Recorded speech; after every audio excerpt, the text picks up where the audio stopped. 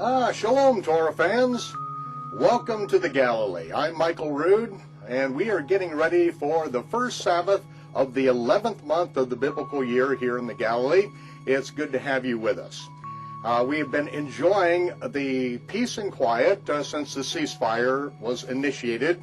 The United States pressured Israel into withdrawing their troops who were trying to quash the death and destruction of the Hamas against their own people and against Israeli civilians.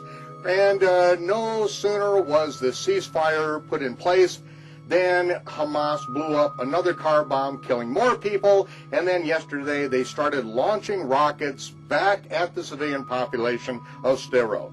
And so now the Israelis went back in. Thankfully, they took action immediately, hoping that they're going to be able to root out these cowards who launch missiles and then literally run into the maternity wards of hospitals and hide behind innocent women and little babies in order to keep themselves safe while they kill people and their own people are destroyed.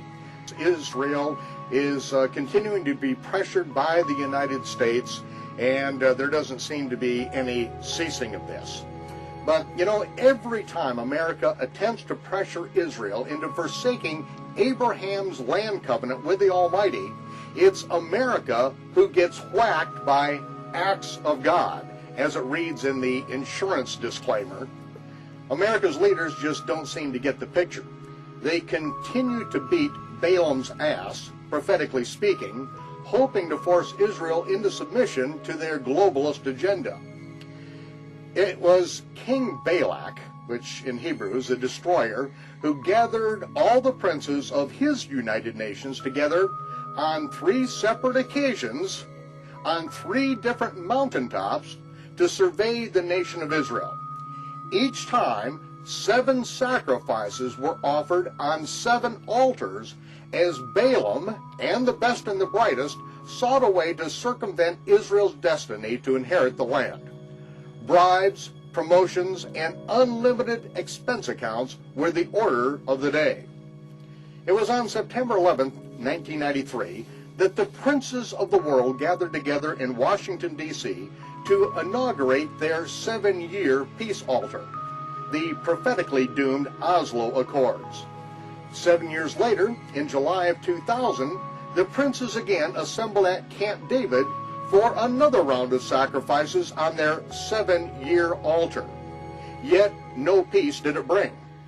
7 years later, in November of 2007, the princes were assembled for their 3rd mountaintop experience in Annapolis, Maryland, as they devised yet another way to make Israel bow at their feet. Balaam learned the hard way, and apparently so must America. Balaam was taken by the edge of the sword as Israel took the land that was promised to Abraham. I ask, just what part of Almighty does not the New World Order understand? I ask you to join me in our latest video release, which is entitled The Beating of Balaam's Ass, prophetically speaking. It was at the Feast of Yom Teruah, 6008, just this year, that I laid out the prophetic significance of Balaam's parable and exactly why Balaam was told to go with Balak and to do exactly as the Almighty instructed him. Because what the Almighty instructed Balaam to do was a prophetic parable of what would transpire in the last days. So do not miss this. This is what is going on. This is right straight from the book of Numbers and the headlines of the New York Times.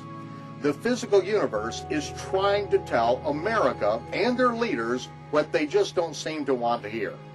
But this is what is brewing in the land of Israel right at this particular point in time.